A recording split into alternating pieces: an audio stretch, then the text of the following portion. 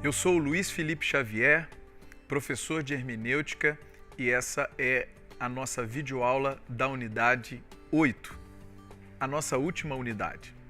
Para encerrar, então, o nosso curso, eu quero propor uma pergunta que eu considero de extrema importância.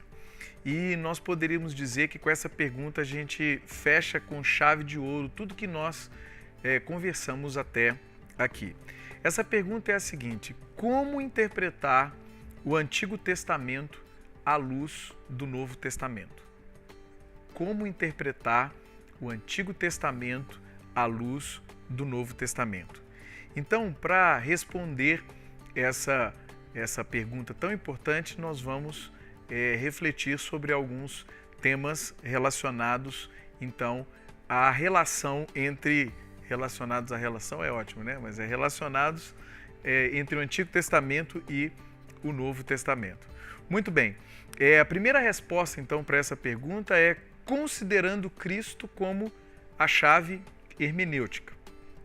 Nós já havíamos observado isso quando nós estudamos os autores do Novo Testamento. Os autores do Novo Testamento, eles tinham essa prática. Eles não mais liam o Antigo Testamento de maneira isolada, mas eles começaram então a ler o Antigo Testamento à luz de Jesus. Por quê? Porque capítulo 1 de João, nós vimos que João diz o seguinte: o Verbo se fez carne e habitou entre nós.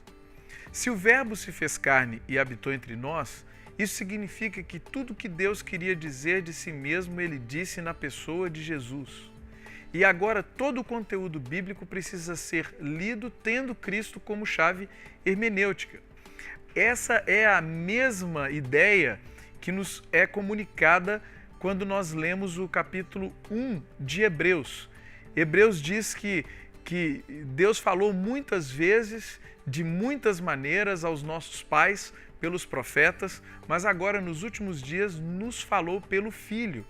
Então o Filho é aquele quem revela-nos quem Deus é. Se Ele é aquele que revela-nos quem Deus é, Ele transforma-se então na chave hermenêutica que nós utilizamos para compreender então todo o Antigo Testamento. Sem Jesus, a gente não consegue entender de maneira adequada o Antigo Testamento. A segunda resposta é considerando aquilo que pode ser chamado de progressão histórico-redentora. Nós vemos de Gênesis a Apocalipse essa progressão. Essa progressão passa por 4 etapas: criação, queda, redenção e nova criação. Então nós vemos que o texto bíblico começa com a maravilhosa criação de Deus. Deus, sendo família, cria também uma família, homem e mulher, à sua imagem e semelhança. Ele dá uma ordem clara: olha, vocês podem comer o fruto de todas as árvores desse jardim, exceto de uma, que era da árvore do conhecimento do bem e do mal. Essa era a ordem clara. E caso eles descumprissem, eles teriam uma consequência. Essa consequência seria a morte. O que o primeiro casal faz? Os nossos pais, o que eles fazem? Eles desobedecem a Deus, eles afirmam a si mesmos. Isso é chamado de queda. Queda é quando o homem diz para Deus que é do seu jeito ou nada feito. Não é mais do jeito de Deus, mas é do jeito do homem. E a partir daí, então, desenrola dentro do texto bíblico uma história que é conhecida como a história da redenção. Jesus é prometido lá em Gênesis capítulo 3, versículo 15. Nós vamos ver um pouquinho disso mais à frente. E de Gênesis 3,15 até que o Filho de Deus, Jesus, ele entra na história, tem toda uma história que vai mostrando para a gente, através dos profetas, o que Deus iria fazer.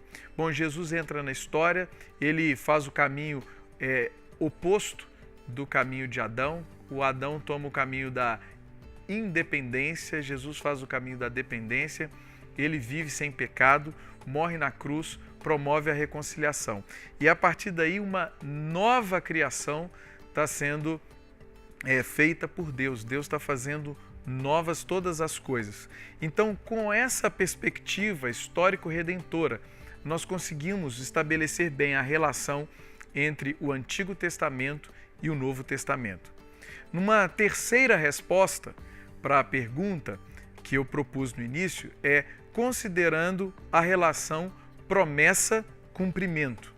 Promessa-cumprimento. No Antigo Testamento, nós encontramos todas as promessas acerca de Jesus. E no Novo Testamento nós encontramos então o cumprimento dessas promessas, de quase todas elas. Então, Jesus, na verdade, é o cumprimento daquilo que foi prometido por Deus lá no Antigo Testamento. Como eu disse, desde Gênesis 3,15, que é conhecido como o proto-evangelho, Deus já tinha prometido que iria resolver o problema do pecado. E esse problema é resolvido quando Jesus entra na história. É por isso que o evangelista Mateus, escrevendo para judeus, ele faz questão de usar a expressão para que se cumprisse as Escrituras. Para que se cumprisse as Escrituras. Para que se cumprisse as Escrituras. Ele repete várias vezes essa mesma expressão para mostrar para a gente que Jesus é de fato o cumprimento de todas as promessas que acerca dele haviam sido feitas lá no Antigo Testamento. Uma quarta resposta é considerando as tipologias. Uma tipologia é caracterizada por uma analogia e por uma progressão. São duas coisas que, na verdade, têm algumas semelhanças, mas a segunda, ela sempre amplia a primeira. Nossa, parece que está ficando muito difícil. Vamos ver se eu consigo esclarecer um pouquinho melhor o que é uma tipologia. Vamos pensar, por exemplo, naquela que Paulo nos apresenta. Paulo fala que existe um primeiro Adão e fala que Jesus é o segundo Adão. Então quer dizer que Adão é um tipo de Cristo. Eles têm semelhanças. Quais são as semelhanças entre Adão e Cristo? Adão representa toda a humanidade da mesma maneira que Cristo representa toda a humanidade.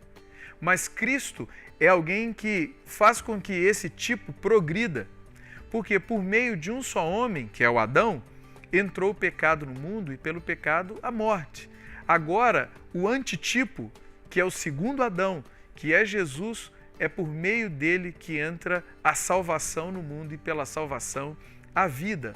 Então nós só conseguimos entender essa relação que Paulo estabelece quando a gente consegue ter bem claro diante de nós as suas semelhanças e a progressão que acontece da segunda em relação à primeira. Uma quinta resposta é considerando as analogias. No texto bíblico nós temos algumas analogias. Uma analogia muito conhecida é da relação que existe entre Israel e a igreja. Deus, lá no Antigo Testamento, ele chama o Abraão para, a partir do Abraão, formar um povo, que é o povo de Israel. E quando Jesus entra na história, nós percebemos que esse plano de Deus de formar um povo, ele continua em plena atividade. E o que é, na verdade, a igreja? A igreja é agora o novo povo de Deus. Esse povo que é composto de gente de todas as nações, gente que reconhece a Cristo como Senhor e que se rende ao seu governo. Muito bem. E, por fim, uma sexta e última resposta seria considerando as referências do Antigo Testamento no Novo Testamento. Por exemplo, nós temos, tanto em Paulo como em Hebreus, algumas relações interessantes entre Abraão e Moisés. Paulo, quando vai desenvolver a sua teologia sobre lei e graça, ele fala que o Abraão foi justificado pela fé, por graça, antes mesmo da lei ter sido dada a Moisés. E quando o autor de Hebreus está justificando o sacerdócio de Cristo, ele lança mão dos mesmos personagens, o Abraão e o Moisés. Ele fala que o Abraão reconheceu um sujeito chamado Melquisedeque.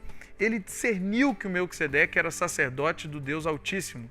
E ele oferece, então, ao sacerdote Melquisedeque o dízimo. Mas espera aí, a lei que regulamenta o sacerdócio já havia sido dada? Não. A lei que regulamenta o sacerdócio fora dada a Moisés, tempos depois. É a lei do sacerdócio araônico. Então, o argumento do autor de Hebreus é muito simples. O que é anterior é superior. Jesus é sacerdote segundo a ordem de Melquisedeque. Muito bem, era isso que eu queria dizer a vocês. Queria dizer que foi uma grande alegria para mim estar com vocês durante essas aulas. Eu queria me despedir nessa última e com um desejo no coração de que nós nos encontremos em outros cursos aí pela frente. Que Deus nos abençoe e sigamos todos nós cheios de coragem. Até mais!